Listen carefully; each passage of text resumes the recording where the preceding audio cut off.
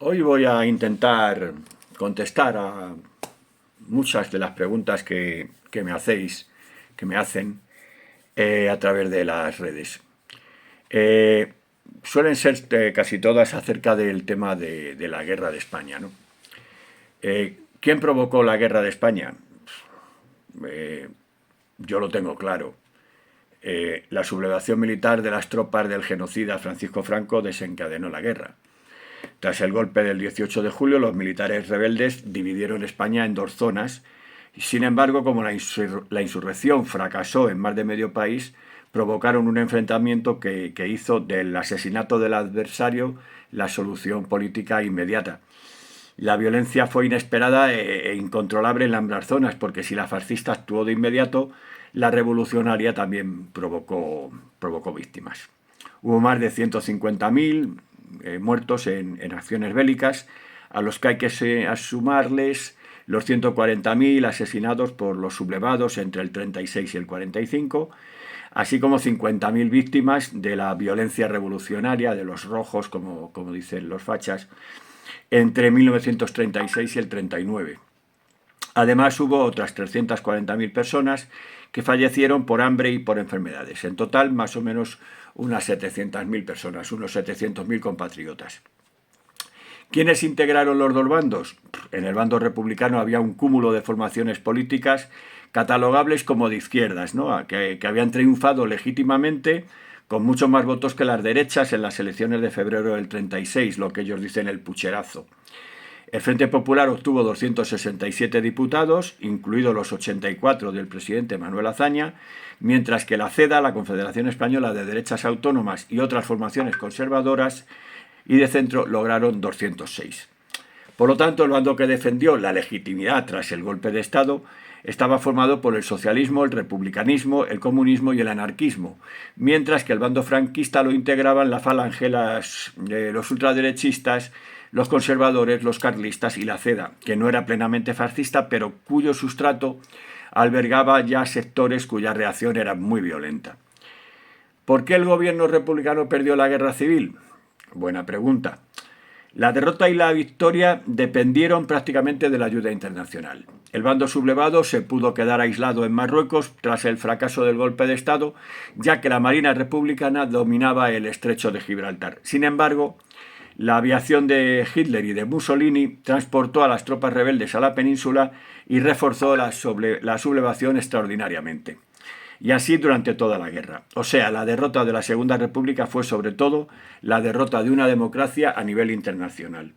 Por tanto, las potencias fascistas de Italia y Alemania lograron el triunfo militar del ejército de Franco. No obstante, es cierto que internamente la Segunda República se encontró en inferioridad militar y con divisiones internas. Además, al carecer de ayuda y de triunfos militares, el pesimismo desencadenó una pugna por ver cómo solventar lo que ya se barruntaba desde 1938 como un callejón sin salida. ¿Qué supuso la victoria del bando fascista? La guerra de España supuso la primera gran victoria de las llamadas fuerzas del eje. Nuestra guerra fue la primera gran batalla de la Segunda Guerra Mundial. Nos supuso el desmoronamiento de la economía y, lo más grave, la derrota humana de media España, la muerte, la cárcel y el exilio de más de medio millón de ciudadanos. Además del desmoche científico, académico y cultural, así como la depuración de los cuerpos funcionariales y de los maestros, de tal forma que España entró en un periodo negro que se sumó a la hambruna en la que vivía diariamente la mayoría de la población y que provocó casi 200.000 muertes directas e indirectas. ¿Por qué la guerra, el exilio y la dictadura provocaron un trauma? La pregunta de por sí ya es... Hablamos del mayor trauma que ha vivido nuestro país, la España contemporánea, ¿no? Porque antes nunca hubo el afán de borrar literalmente a la izquierda de la faz del territorio español. Hasta tal punto que en la década de los 40 era tan enemigo el liberal como el republicano, el socialista, el marxista o el anarquista. El franquismo se propuso anular y declarar como antiespañoles a más de la mitad del país. ¿Por qué el franquismo se prolongó durante 40 años? En la historia existe el azar o la casualidad, por lo que hay que tener presentes los factores internacionales. La ONU consideró la dictadura como un estado fascista y negó su ingreso en las Naciones Unidas, Pero Franco tuvo la suerte de que durante la Guerra Fría las potencias occidentales luchaban contra el comunismo, de modo que se encontraron en España con un aliado inesperado desde el punto de vista social y sobre todo estratégico. Por otra parte, la oposición no podía luchar con las armas contra una dictadura militar y tras el fracaso del intento de derrocar a Franco mediante una invasión a través del Valle de Arán, descartó la táctica de la violencia. ¿Cómo fue la represión al final de la dictadura? Aunque la represión fue una constante durante toda la dictadura, con el paso del tiempo se reserva la pena de muerte para casos excepcionales, como el fusilamiento del comunista Julián Grimau en la madrugada del 20 de abril de 1963, que empeoró muchísimo la imagen del régimen franquista, pues su condena había desencadenado una enorme presión internacional para que fuese indultado, y la ejecución de 5 compañeros más el 27 de septiembre de 1975. Por ello, con la idea de entrar en la Comunidad Económica Europea, que se había convertido en una obsesión del franquismo, se abolió la jurisdicción militar para los delitos políticos y se creó el Tribunal de Orden Público, que condenó sobre todo a obreros y universitarios, casi 3.000 personas. Es decir, se aplica una represión con apariencia de legalidad, pero pensando en la imagen de la dictadura ante la opinión europea e internacional.